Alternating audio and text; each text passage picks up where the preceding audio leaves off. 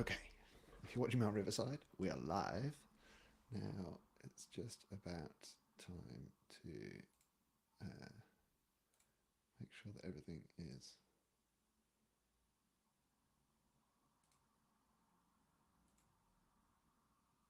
ready to roll.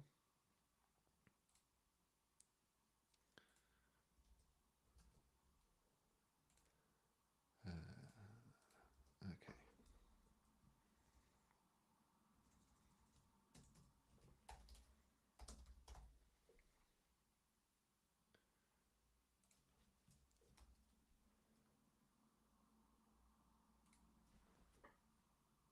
Right. We're live on Twitter, I think. And we are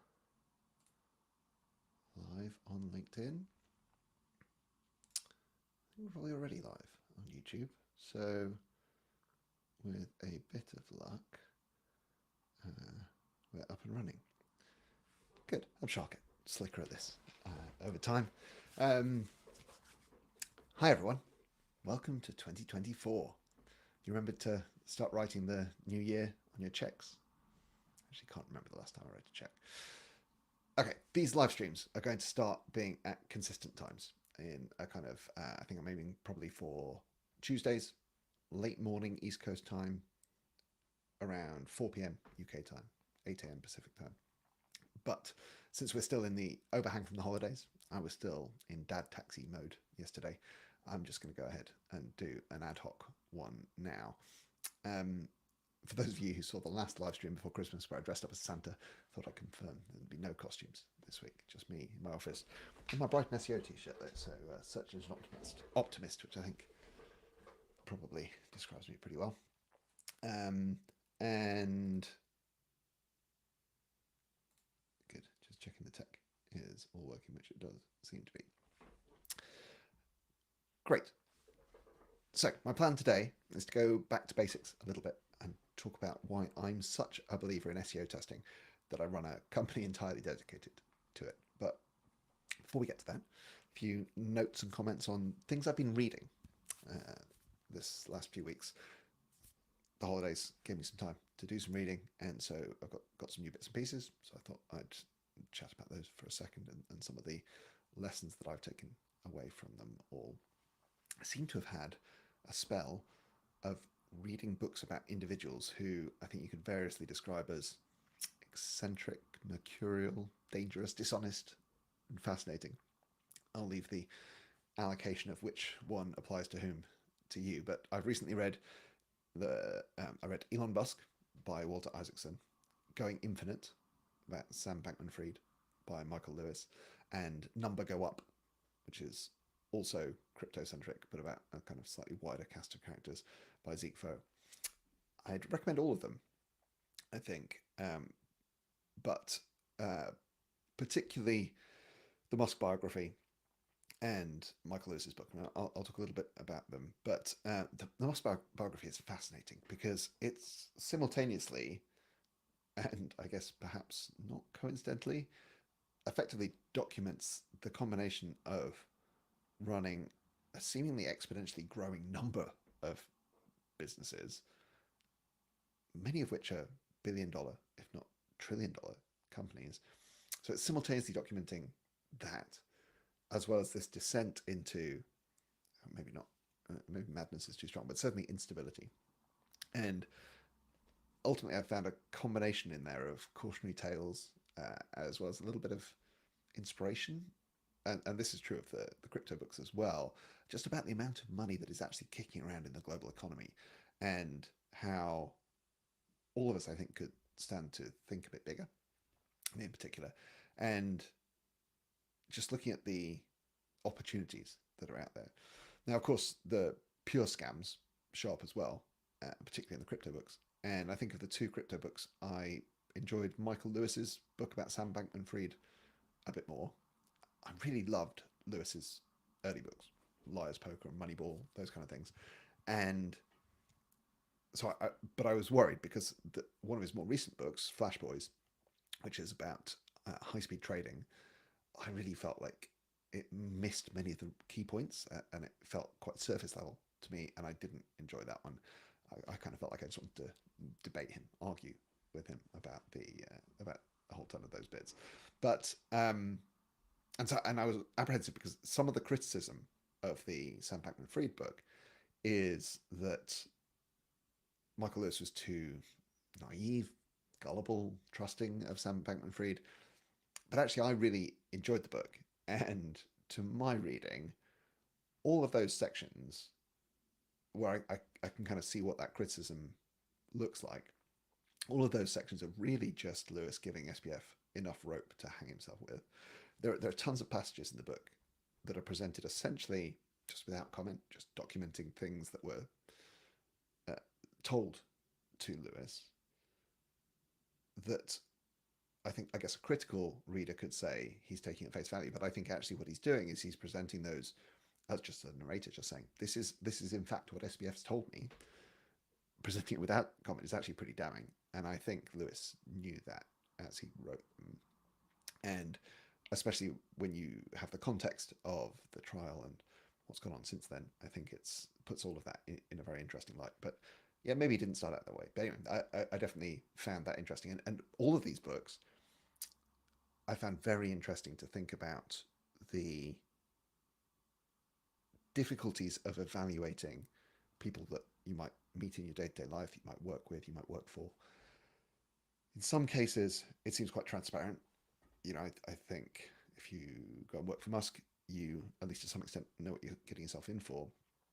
And then there are other cases where there's out and out fraud happening in the crypto cases in particular. And it's just interesting trying to draw those threads through the effective altruism, all this kind of stuff. Anyway, there's probably a discussion for another day. But I guess this set of books has somewhat inspired me to set some loftier goals, but also definitely continue to support my ongoing core value of not doing fraud and not doing scams.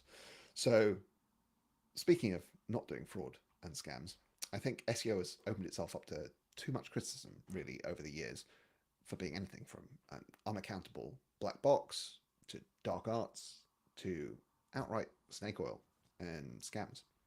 And certainly we saw that come out in the Verge article back end of last year. And I think one of the things that I'm particularly proud of about our work at SearchPilot is that we're working to change that and to bring the opportunity for accountability and insights to an area that's been too opaque previously. So I thought the new year was a good time to spend just a moment talking about the basic case for SEO testing. To my mind, the fundamental part of it boils down to these three things. And depending where folks are watching, I should be able to share my screen and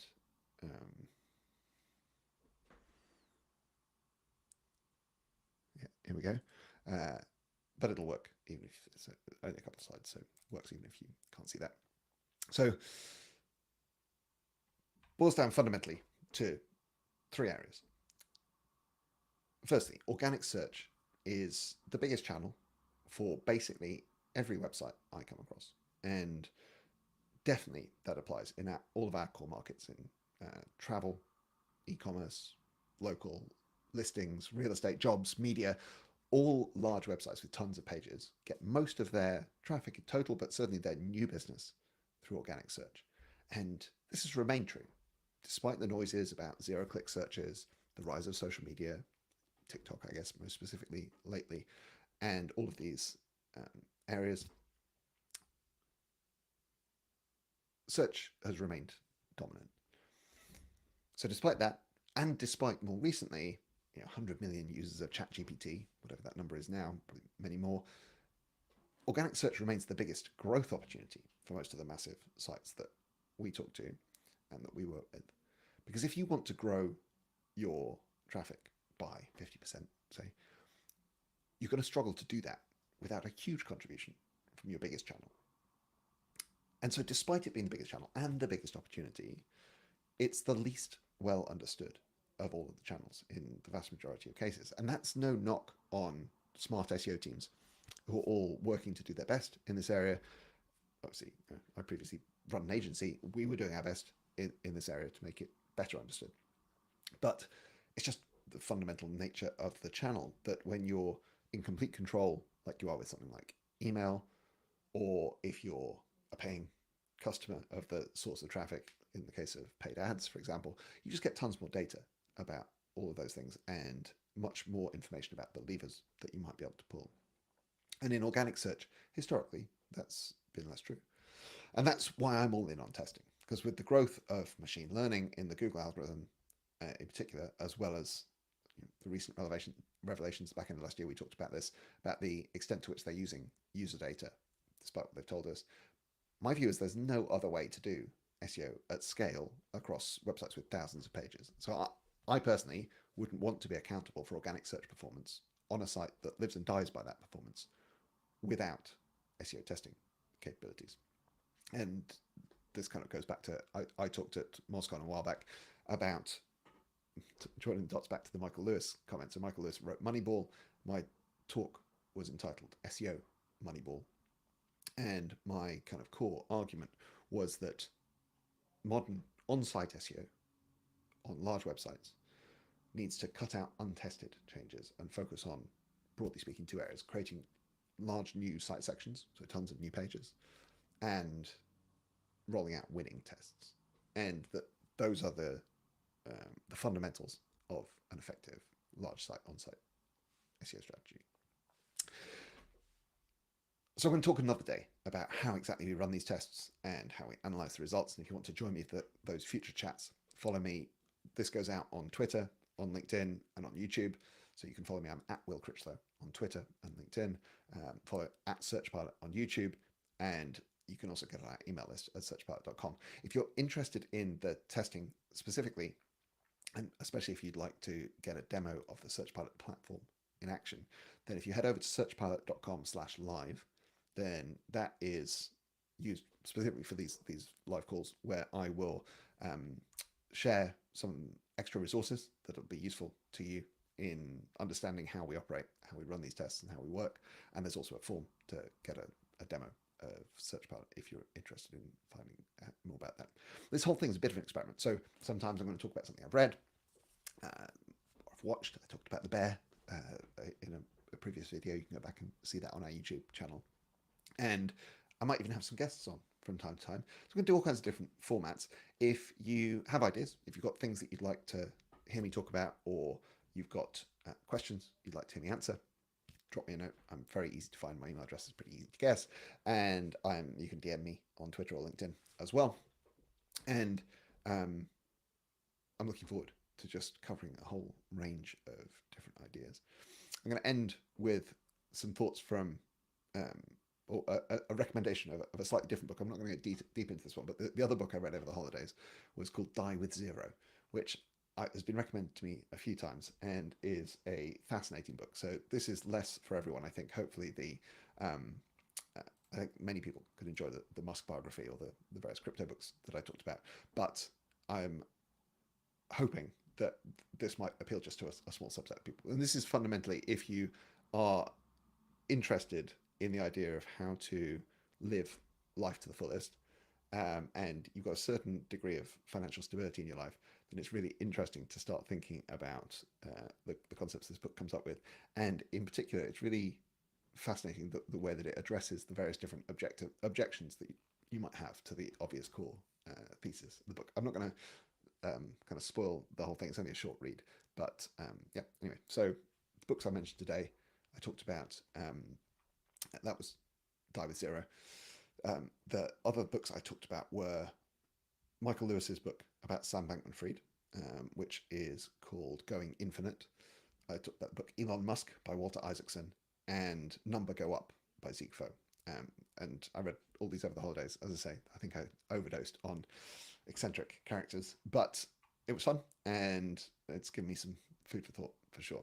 So final thoughts, if you want to know more about SEO testing, head over to searchpilot.com/live. There'll be another live stream at some point next week.